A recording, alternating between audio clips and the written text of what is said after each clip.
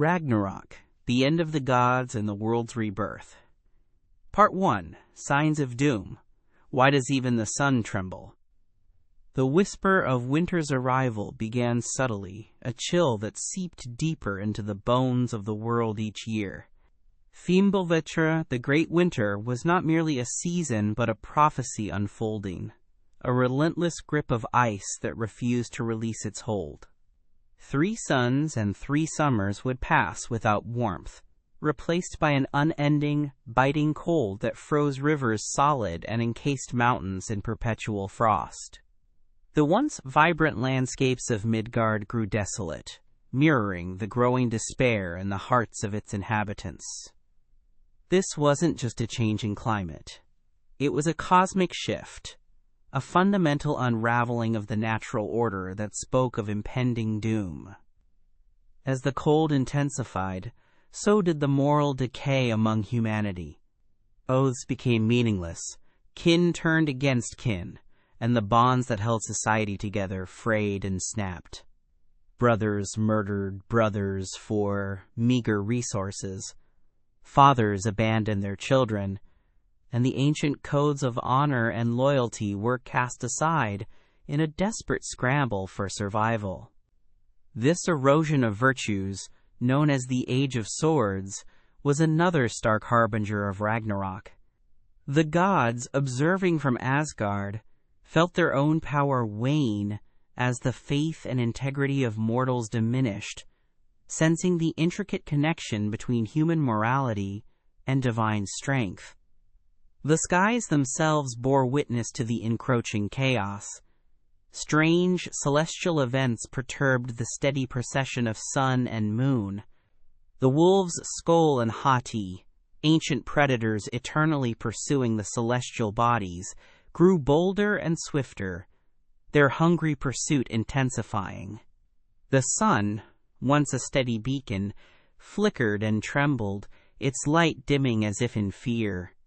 The moon, too, became erratic, its phases distorted, casting an eerie, unpredictable glow upon the frozen world. These were not mere astronomical curiosities, but cosmic portents, screaming that the established order was breaking down. One of the most unsettling omens was the sound of Gjallarhorn, Heimdall's mighty horn, which would one day pierce the silence with its resonant call, signaling the final battle. While not yet blown, the very air seemed to hum with its unspoken potential, a low thrumming beneath the surface of reality that only the most attuned could perceive. The ancient trees of Yggdrasil, the world tree, groaned and shivered, its roots feeling the tremor of the impending cataclysm.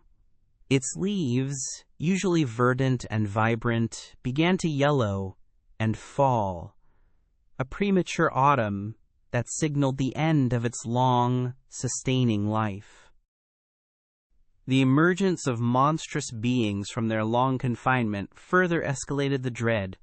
Fenrir, the colossal wolf, grew restless in his chains, his immense strength testing the magical bonds that held him. Jormungandr, the Midgard serpent, stirred in the depths of the ocean, its immense coils shifting, causing earthquakes and tidal waves that swallowed coastal lands. Hel, the ruler of the underworld, prepared her legions of the dead, her realm becoming a bustling center of activity, a grim testament to the coming conflict. These ancient adversaries, long bound or slumbering, were awakening, their time of release drawing near. The breaking of oaths among the gods themselves was another crucial sign. Loki, the trickster, had already instigated the death of Baldur, the beloved and innocent god of light. This act, a deep wound in the fabric of divine trust, guaranteed his eventual escape and vengeful return. His malicious actions, once playful mischief, had curdled into outright betrayal, proving that even among the highest powers, the seeds of destruction had taken root. The gods, once united in their purpose, now faced internal strife that weakened their collective resolve against the external threats. Prophecies whispered through the realms, carried on the frigid winds of Fimbulvetri. The Volva, ancient seeresses, spoke of a time when the world would be consumed by fire and flood, a cyclical destruction that was both feared and accepted. Odin, with his insatiable quest for knowledge, had glimpsed these fates through his sacrifices and wisdom, understanding that Ragnarok was not merely an event, but an inevitable culmination, a predetermined chapter in the cosmic saga. His grim understanding permeated the halls of Valhalla, even as warriors feasted and trained. Even the animals of the world showed signs of distress. Wolves howled incessantly, their cries laced with a primeval fear. Birds fled their nests, their migrations erratic and desperate. The great eagle at the top of Yggdrasil ruffled its feathers in agitation, sensing the tremors reaching even its lofty perch. Every living creature, from the smallest insect to the mightiest beast, felt the creeping dread, reacting to the profound disharmony that gripped the 9 realms. The world itself was a living entity, and it was screaming in silent agony. The land itself groaned, fissures opening in the earth, releasing noxious fumes and magma. Volcanoes, long dormant, awoke with a furious roar, spewing ash and fire into the already darkening skies. Rivers of lava carved new paths across the scorched earth, adding to the desolate landscape.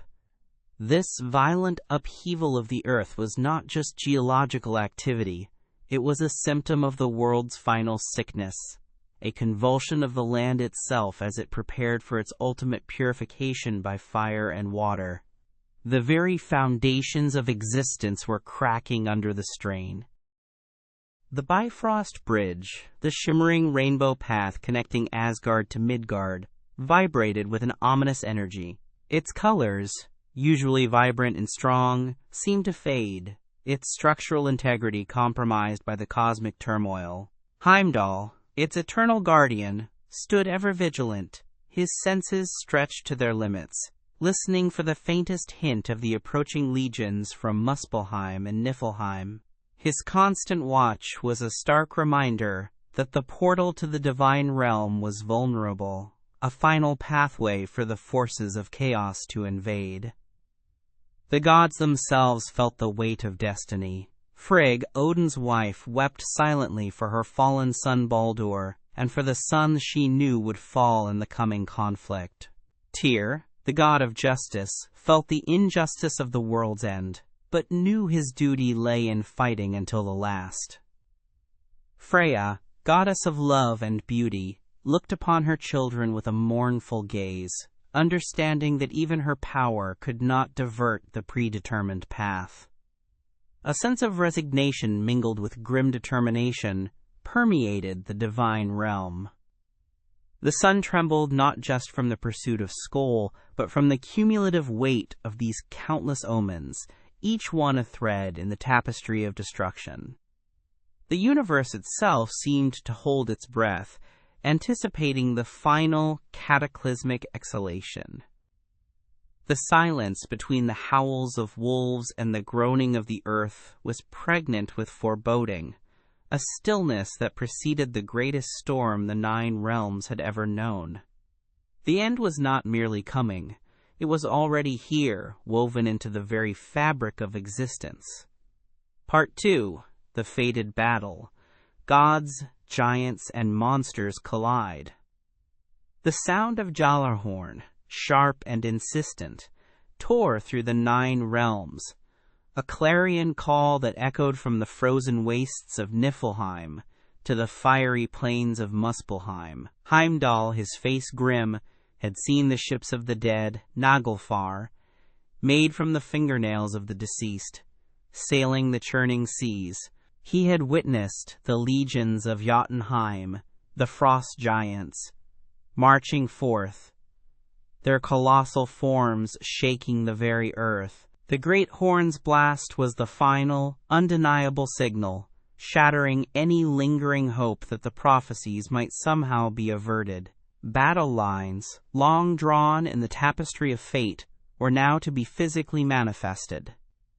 From Muspelheim, Surtur the fire giant rode forth with his flaming sword, leading his hordes of fire demons.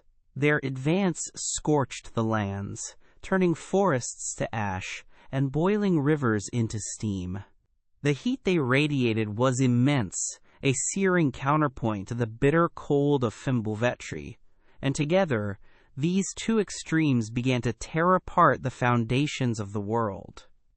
The skies glowed with an apocalyptic orange, reflecting the inferno below, as the fire giants marched relentlessly towards Asgard, their eyes fixed on the golden realm of the gods. From the depths of the ocean, Jormungandr, the Midgard serpent, thrashed free from its watery prison, its venomous breath poisoning the air and sea. Its immense coils rose from the waves, dwarfing mountains, its scales shimmering with ancient malevolence. Earthquakes rippled across the lands as its body moved, shattering coastlines and sending tsunamis crashing inland. The sea monster's awakening was a sign of complete cosmic imbalance, a creature of primordial chaos unleashed to play its part in the final destruction. Its roar was a deafening challenge to the very heavens. On the plains of Vigrid, a vast battlefield prophesied for this ultimate confrontation. The forces gathered. The Aesir and Vanir, the gods of Asgard, stood arrayed in their shining armor, their faces etched with grim determination. Odin, with his spear Gungnir, led the charge, flanked by Thor, his mighty hammer Mjolnir already crackling with lightning, and Tyr, one-handed but unbowed. The Einherjar, the chosen fallen warriors of Valhalla, stood ready, their numbers vast, their spirits eager for glorious combat, fulfilling their sacred duty to die protecting Asgard. Opposing them were the assembled forces of chaos. Loki, finally free from his bonds, stood at the head of a terrifying army. The frost giants from Jotunheim, led by Hrym, wielding his shield of ice, the resurrected dead from Helheim, their spectral forms a chilling contrast to the fiery demons, and his own monstrous children, Fenrir and Jormungandr, who were to be the gods' greatest adversaries. It was a motley but formidable alliance, united by their shared hatred for the Aesir and their desire to see the existing order utterly destroyed. The first clash was a cataclysm of sound and fury. Thunderbolts from Mjolnir met the searing flames of Surtur's sword. The shouts of gods mingled with the roars of giants and the guttural cries of the dead. The ground beneath them became a mire of blood and ice, churned by the frantic hooves of divine steeds and the massive strides of giants. Swords clashed against axes, spears pierced flesh, and magic of immense power exploded across the battlefield, leaving craters and shattered bodies in its wake. This was no ordinary battle. It was the unmaking of worlds. Odin, atop Sleipnir, his eight-legged steed, rode into the thickest fray, his spear Gungnir a blur of motion, felling giants and sending spectral warriors back to Helheim. His wisdom and strategic genius guided the Aesir, but even his all-seeing eye could not alter the predetermined paths of individuals. He knew his own fate, but fought with the ferocity of a king defending his collapsing kingdom, a desperate defiance against the inevitability of his demise. He sought not to win, but to stand firm until the very last moment. Thor, the Thunderer, was a force of nature unto himself, his hammer striking with the power of 1,000 storms. He aimed for Jormungandr, his ancient enemy, drawing the colossal serpent from the depths into a direct confrontation. Their battle ripped apart the landscape, each strike from Mjolnir sending shockwaves through the earth, each blast of the serpent's venom scorching vast areas. The sea boiled around them, and the sky darkened as their epic struggle intensified, a duel that had been prophesied since time immemorial. Tyr, the valiant god of war, confronted Garm, the monstrous hound guarding the gates of Helheim. Their fight was brutal and visceral, a struggle of raw strength and unyielding will. Tyr, despite his missing hand, fought with an unbridled fury, determined to hold back the tide of the underworld's legions. His sacrifice was inevitable, but his courage shone brightly against the encroaching darkness, a testament to the honor and duty he embodied. His final act would be one of fierce, unwavering defense. Freyr, the Vanir god of fertility and peace, faced Surtur, the fire giant. Freyr, having given away his sword, was armed with an antler, a symbol of his lost weapon. Despite his valiant efforts, the fiery giant's power was too immense. Freyr fell, consumed by Surtur's flames, a poignant symbol of the old world's beauty and abundance being overwhelmed by the destructive forces of fire. His death marked a significant loss for the gods, signaling the depth of the impending defeat. Loki, the architect of much of this chaos, reveled in the destruction. He confronted Heimdall, his longtime adversary and the guardian of Bifrost. Their duel was swift and deadly, a clash of cunning versus vigilance. Both fell, locked in a mutual demise, a poetic end for two figures whose destinies were intertwined through a history of rivalry and mistrust. Their deaths marked the final moments of the long-standing animosity that had plagued Asgard. The battlefield became a maelstrom of gods, giants, and monsters, each locked in their fated struggles. The air was thick with smoke, blood, and the stench of burning flesh. The sky rained down ash and fire. The earth groaned beneath the weight of countless clashes. This was the ultimate reckoning, where all the prophecies converged, where ancient grudges were settled, and where the very fabric of existence was torn asunder. The end of an age was not a whimper but a deafening roar of destruction. Part 3. Odin's Last Stand. Can wisdom stop destiny? Odin, the Allfather, rode Sleipnir across the ravaged plains of Vigrid, his single eye blazing with a terrible, sorrowful light.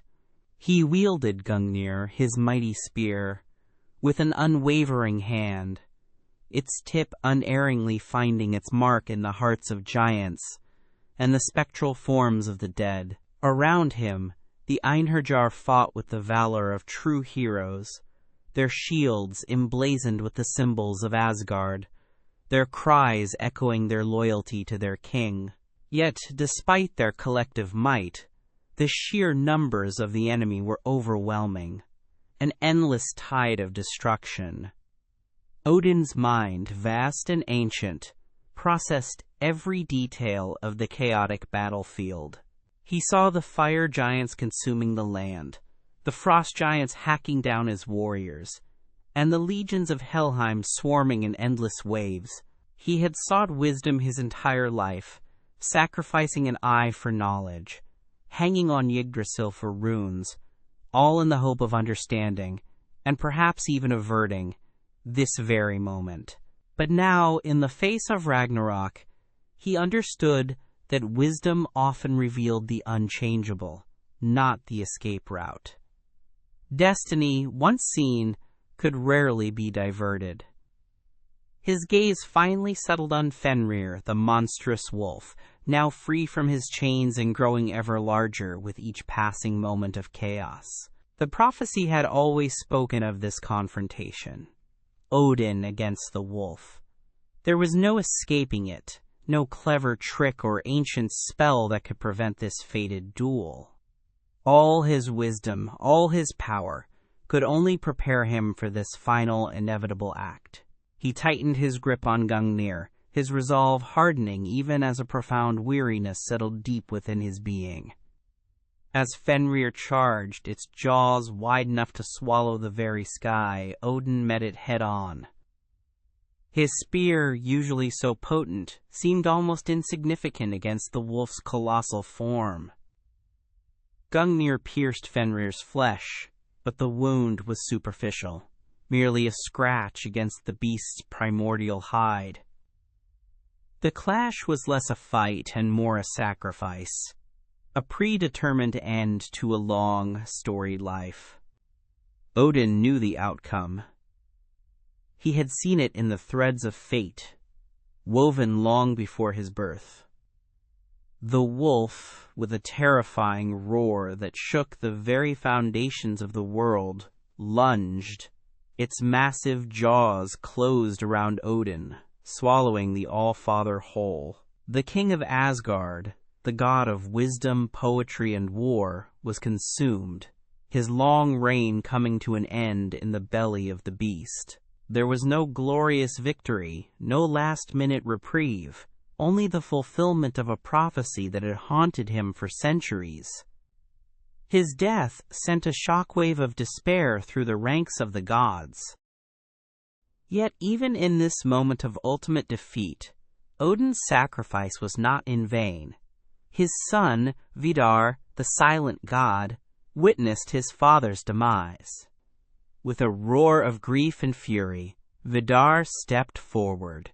He wore a special boot, crafted through ages from the scraps of leather left by shoemakers, prophesied to protect him in this very moment. This boot was his only weapon, and it was enough. He planted his foot in the wolf's lower jaw, holding it open with impossible strength. Then, with his bare hands, Vidar seized the upper jaw of Fenrir and, with a colossal effort, tore the wolf apart, ripping its monstrous mouth in two. The beast that had devoured the All-Father was finally slain, its reign of terror brought to an end by the quiet strength of Odin's avenging son. It was a grim victory, a testament to the enduring power of family and vengeance, but one that came at the highest possible cost. Odin's last stand was not about victory in the traditional sense. It was about fulfilling his role in the cosmic drama, about meeting his fate with courage and dignity. His wisdom had not shown him a way to stop destiny, but rather to understand it, to embrace it, and to prepare his children for their own roles in the unfolding catastrophe. He had passed on his knowledge, his fighting spirit, and his legacy of resilience. The loss of Odin was a devastating blow to the Aesir. The heart of their resistance, the guiding light of Asgard, was extinguished. Yet his sacrifice also bought time, a brief reprieve from Fenrir's rampage, allowing other gods to continue their own desperate struggles. His wisdom, though unable to prevent his death, had laid the groundwork for the eventual rebirth, a cycle he understood better than anyone. He was a king who knew his kingdom would fall, but fought honorably until the very end. His journey had always been towards understanding the grand design, even if that design included his own demise. He had seen the threads of fate, known the coming darkness, and accepted his part in it. The All-Father's death was not a failure of wisdom, but its ultimate expression, the acceptance of what must be. He had faced his destiny with open eyes, leaving behind a legacy of knowledge and courage for the new world that would eventually emerge from the ashes. Part 4, Thor versus the Serpent. Who falls in this final strike? The skies above Vigrid darkened further as Thor, the Thunderer, finally met his ancient nemesis, Jormungandr, the Midgard serpent. Their hatred was primordial, stretching back to the earliest prophecies, a duel destined to determine the fate of not just the gods, but the very fabric of the world. The serpent, immense beyond comprehension, thrashed in the churning ocean, its venomous breath turning the air to a poisonous fog, scorching the land with its putrid exhalations. Thor, unyielding, stood his ground, Mjolnir crackling with the raw power of 1,000 storms. Thor's heart pounded with a mixture of fury and grim determination.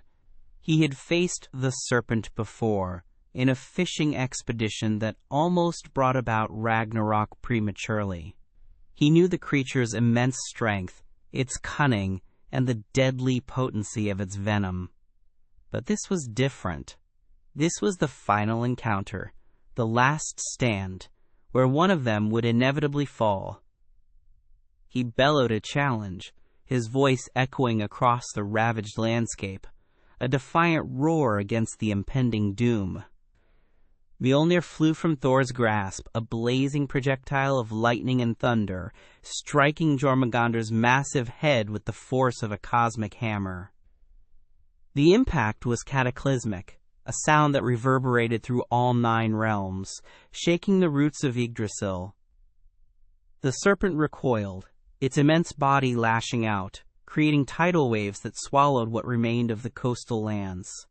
Its roar was one of pain and rage, a primal scream of a wounded leviathan. Jormungandr retaliated, spewing forth a torrent of venom, a corrosive, burning acid that melted rock and flesh alike.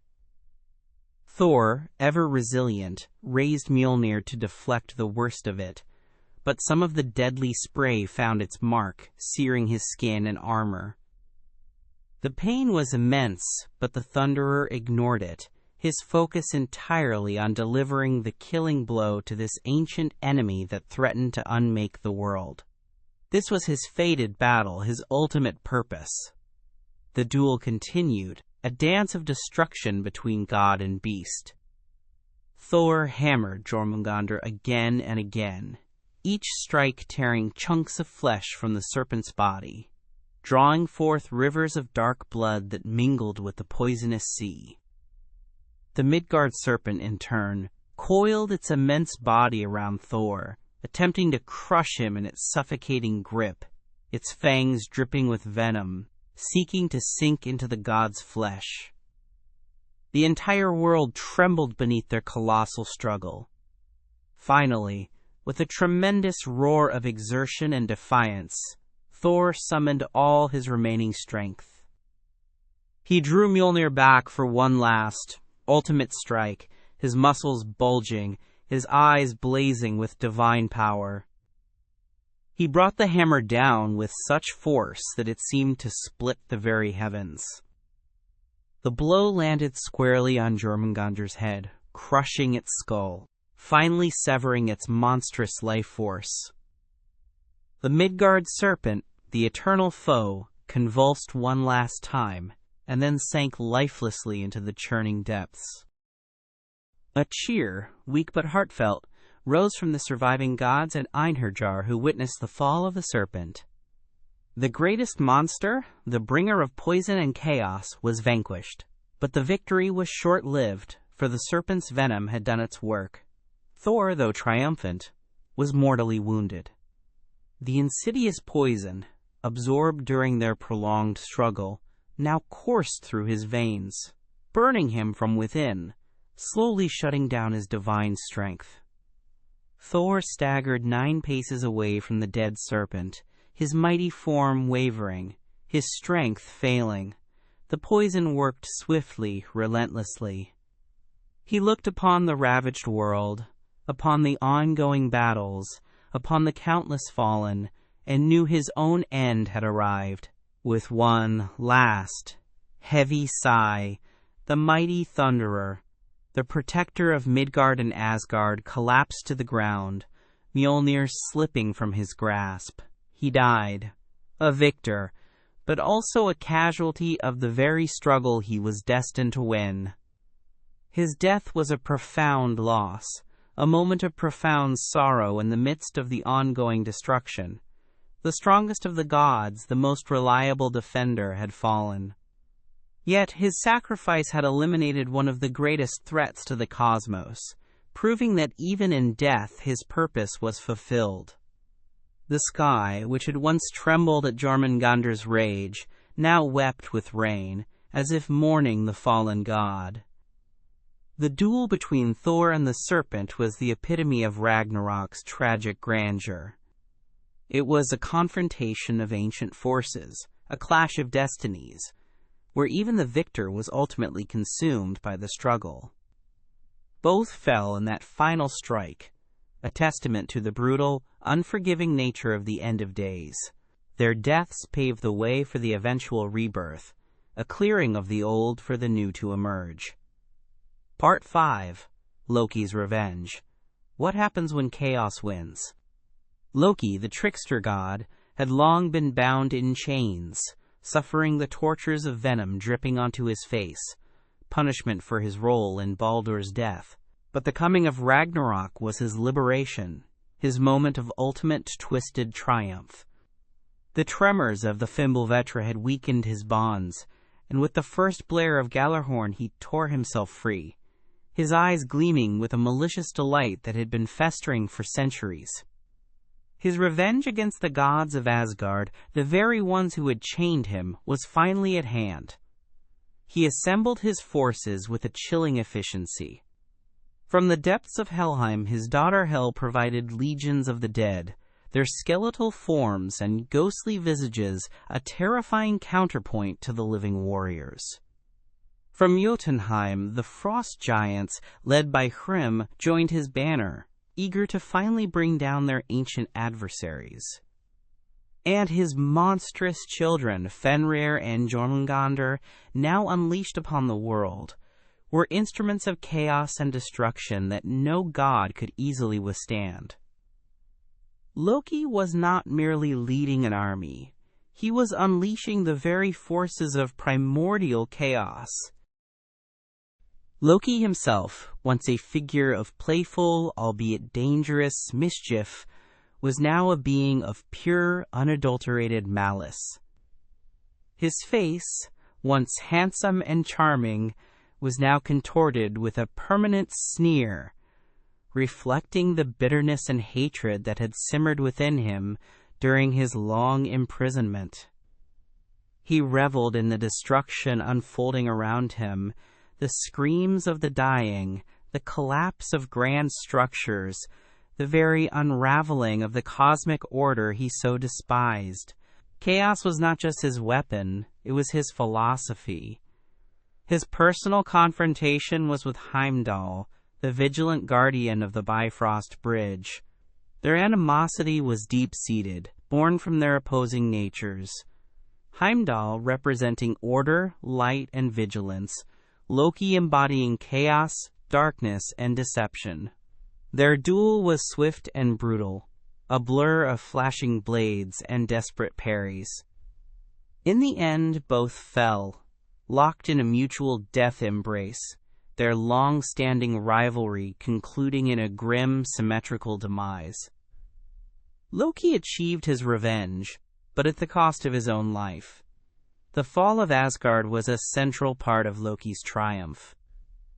As the battle raged on the plains of Vigrid, Surtur, the fire giant, finally broke through the defenses of Asgard, his flaming sword setting the golden halls ablaze. The magnificent realm of the gods, once a symbol of power and glory, was consumed by fire, its grandeur reduced to ash. Loki watched, perhaps with a flicker of satisfaction, as the home of his captors burned, the culmination of his long-held desire for destruction. When chaos wins, the very fabric of reality unravels. The sun and moon are devoured by the wolves Skoll and Hati, plunging the world into an eternal twilight. Stars fall from the sky like shattered jewels, their light extinguished. The earth groans and splits, volcanoes erupting, spewing lava and ash, further obscuring the darkened heavens. The great tree Yggdrasil shudders violently, its branches cracking, its leaves withering, as the 9 realms connected by its immense form begin to tear apart. The moral order, already fractured by Fimbulvetri, completely collapses. No laws remain, no justice, no mercy. It is a world where only the strongest or the most ruthless can survive, if even that. Humanity is largely wiped out, caught between the warring gods and monsters, their cities collapsing, their lands consumed by fire and flood. The age of mankind, as it was known, comes to a brutal, unceremonious end, swallowed by the cataclysm. Loki's revenge was not about creating a new order, but about annihilating the old one. He sought to tear down what existed, to bring about an ultimate, all-encompassing chaos, and in this, he largely succeeded.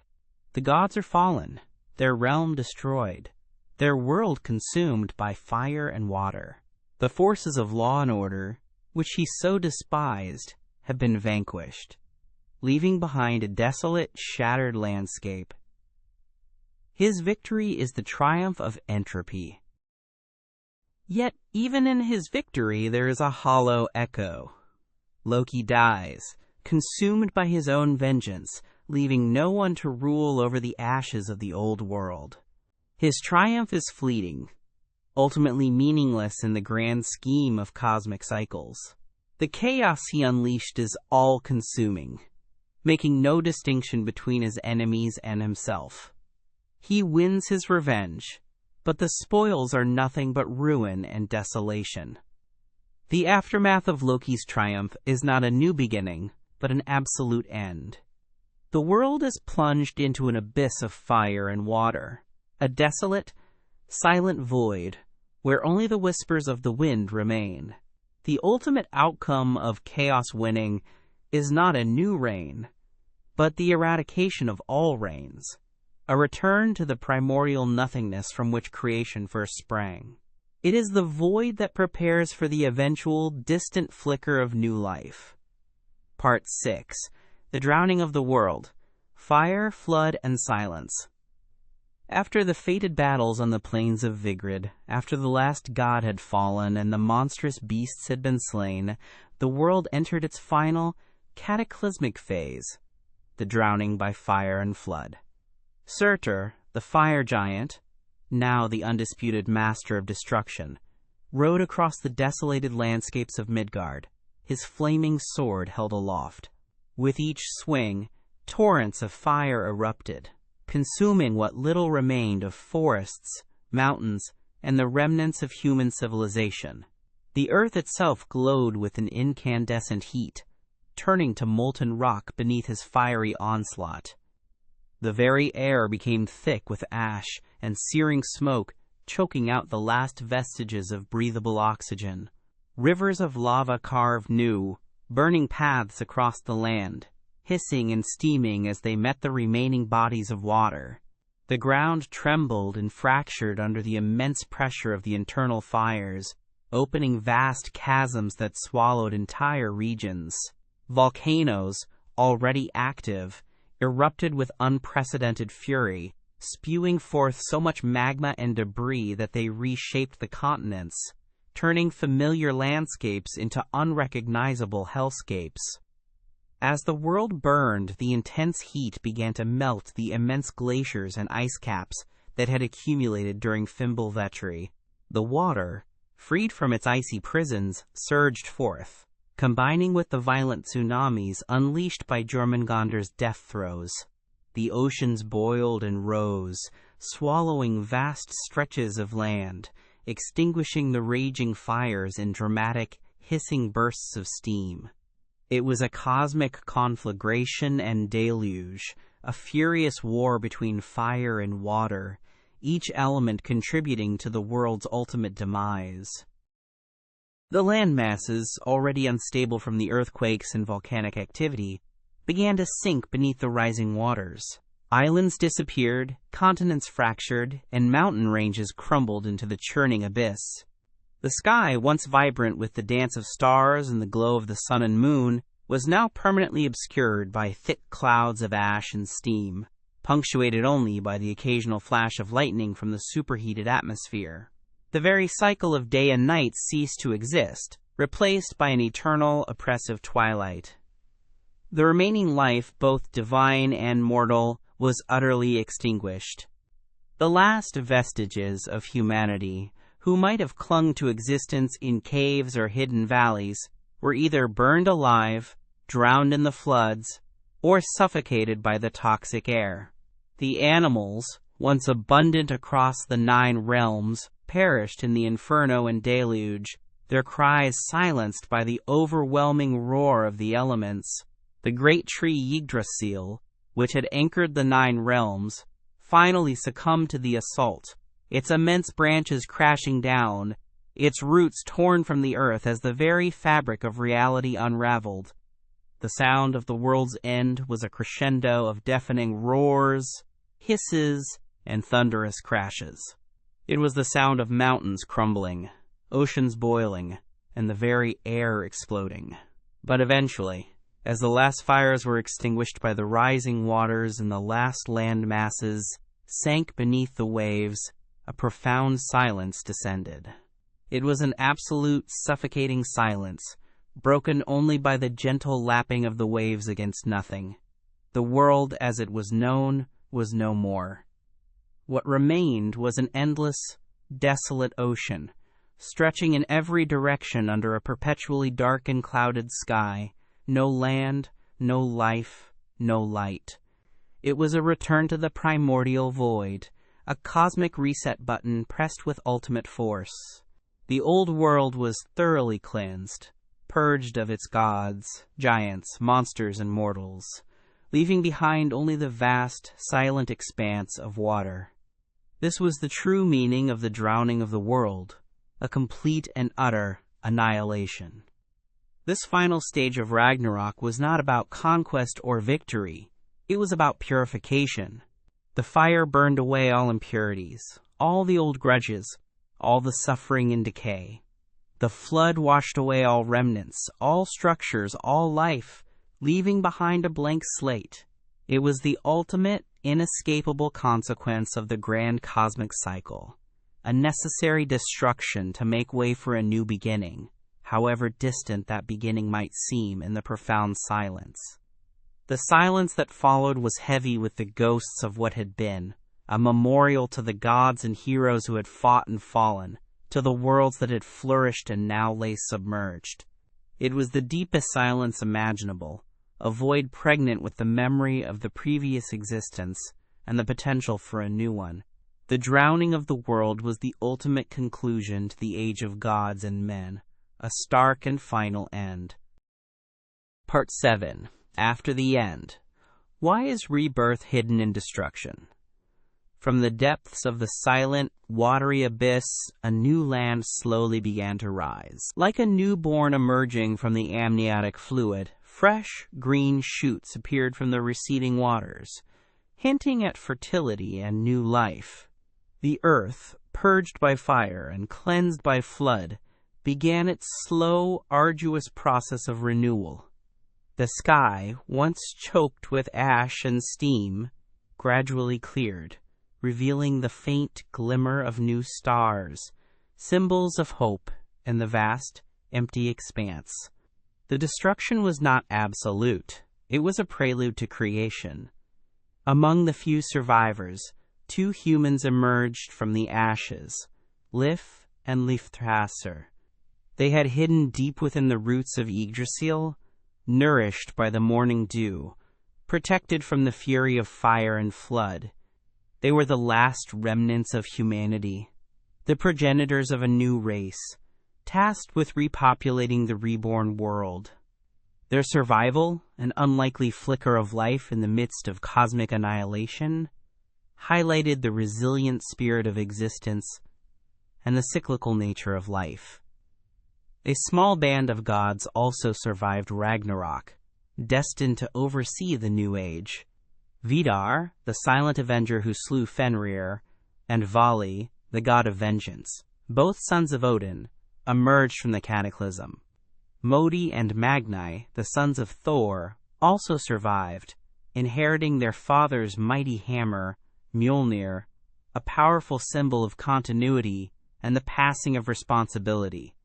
Baldur, the beloved god of light, and his blind brother Hother returned from the underworld, signaling a restoration of innocence and an end to old grudges.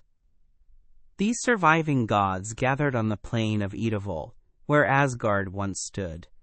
They found the golden chess pieces of the old gods, scattered and tarnished, remnants of a forgotten era. They spoke of the past, of their fallen kin, and of the lessons learned from the previous age. Their task was not to rebuild the old world exactly as it was, but to foster a new one, guided by the wisdom of their experiences and the understanding that chaos and destruction were integral parts of the cosmic cycle. The very act of destruction was the necessary precursor to rebirth. The old world, riddled with ancient grudges, moral decay, and the inevitability of Ragnarok, had to be cleansed.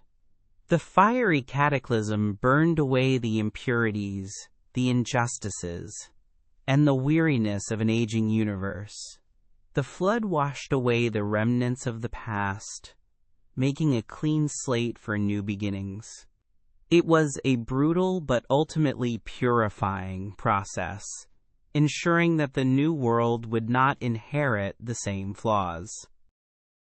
The new gods, having witnessed the ultimate consequences of pride, betrayal, and unyielding fate, were imbued with a different kind of wisdom. They understood the delicate balance between order and chaos, the interconnectedness of all things, and the profound resilience of life. They would guide the new humanity with a gentler hand, fostering an age of peace and renewal, learning from the mistakes of their predecessors. The sacrifices of the old gods were not in vain. They paved the way for this fresh start. The world tree, Yggdrasil, though damaged, also began to regenerate, its roots once again delving deep into the earth, its branches reaching towards the nascent sky.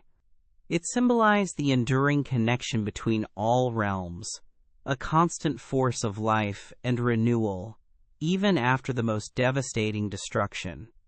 Its regrowth was a testament to the universe's inherent ability to heal and restore itself, slowly, patiently, after unimaginable trauma. The hidden meaning in destruction is that it clears the path for evolution. Stagnation leads to decay, and sometimes a complete upheaval is required for true progress. Ragnarok was not merely an end, but a necessary reset, allowing for the emergence of a more harmonious and enlightened existence. The old gods, though gone, left behind a legacy of stories, wisdom, and the very ground upon which the new world would be built. The new world, born from the ashes and waters, was a quieter, more peaceful realm. The monstrous forces of chaos had been defeated or purged. The conflicts that plagued the previous age were gone. It was a world ripe for growth, for a different kind of glory, one not built on conquest and power, but on balance and understanding. The survivors carried the memories of the old world, ensuring that its lessons would not be forgotten. This cyclical nature of creation and destruction is a fundamental truth of existence.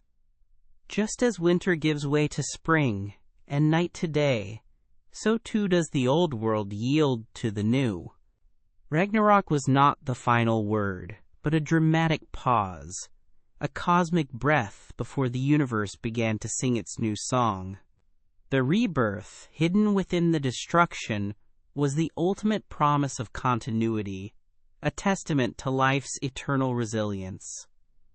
The future of this new world, guided by the surviving gods and populated by a new humanity, held the promise of an era of peace and renewal. It was a quiet, profound beginning, echoing the distant whispers of a new dawn.